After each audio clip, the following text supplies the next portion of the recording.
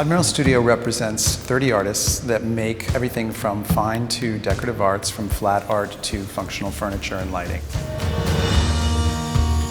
So let's look at each artist works with a different material.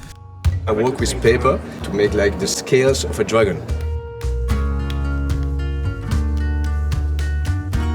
I got it in my head, I think the blend of stainless with copper would be just unbelievable. This is entirely inlaid marquetry with grass. And then he's pulling the wood apart and pouring resin into it to create the seat. I wanted to envision something that looked light and buoyant. It looks like it actually might be moving or taking off.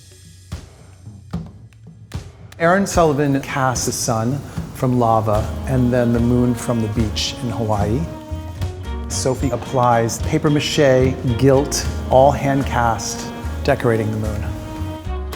Their process and how they approach that material and what inspires them and how they make that material different than anyone else in the world is what makes the work really special. He worked on it for 2 years to do this. An exquisite level of detail in everything. My grandfather was a cabinet maker. I would sit with him for hours in the workshop as a kid while he restored things or made things. He was in that workshop every single day, rain or shine. It was part of him, he had to. And I think understanding him helps me understand the artists that I work with today. I make the work because I need to make the work. It doesn't hurt if people want to buy it and they appreciate it themselves. I love the human need to create. I love the making and creation of things. That's what drives me.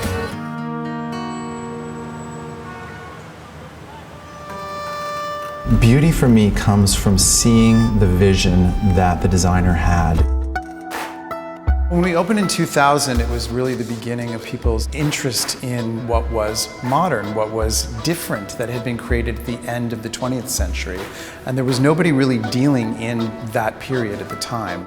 I consider these pieces to be so cutting edge when they were made that they're still cutting edge right now.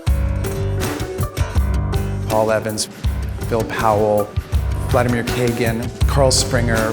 These are a pair of vintage Carl Springer goatskin tables made in 1981. The guys who are designing studio, making very idiosyncratic pieces, not necessarily to anybody else's taste but their own, those guys had been forgotten and were in trash heaps.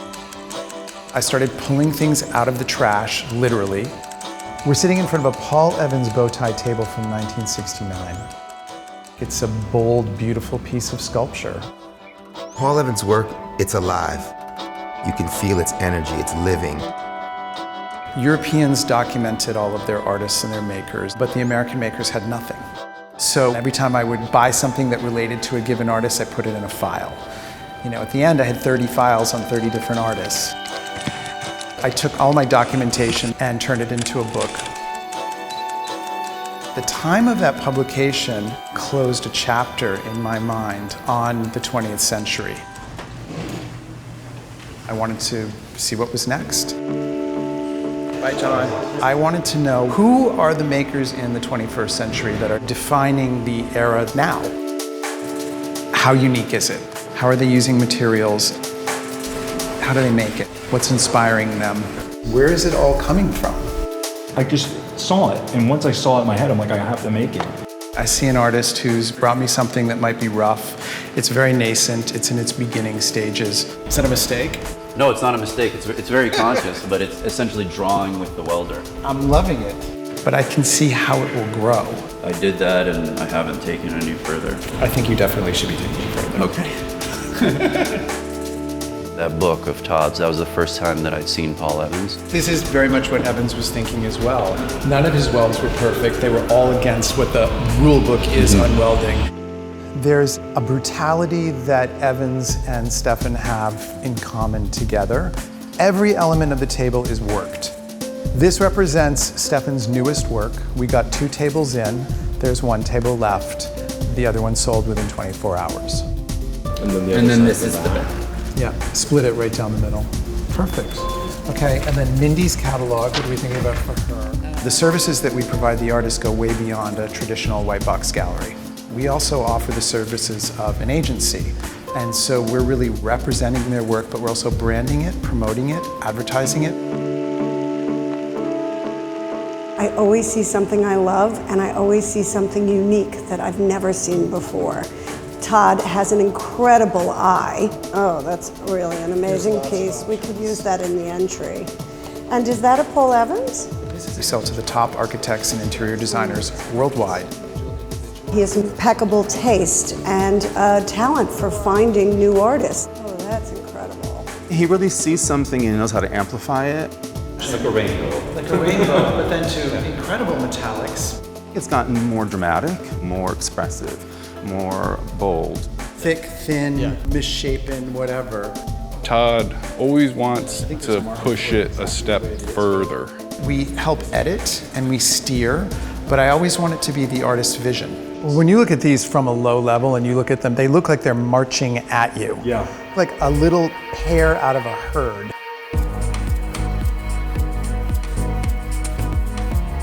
We do 8 to 12 international shows a year.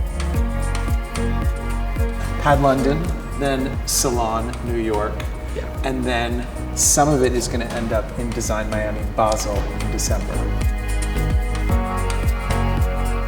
This is tremendous reach for every artist. And sometimes before the public and before the trade. Molly Hatch is now in the Newark Museum, the High Museum, MFA Houston, and the Carnegie. Beth Cattleman, she's going to be in the permanent collection of RISD as well. Centre Pompidou has bought work, and the V&A has bought work. I felt like I was just waiting for that connection and it would cause that spark. And everyone would eventually want one. Kind of everyone does right now. It's an immediate gut reaction. I'm not looking at trend. I'm looking at what's innate to a piece.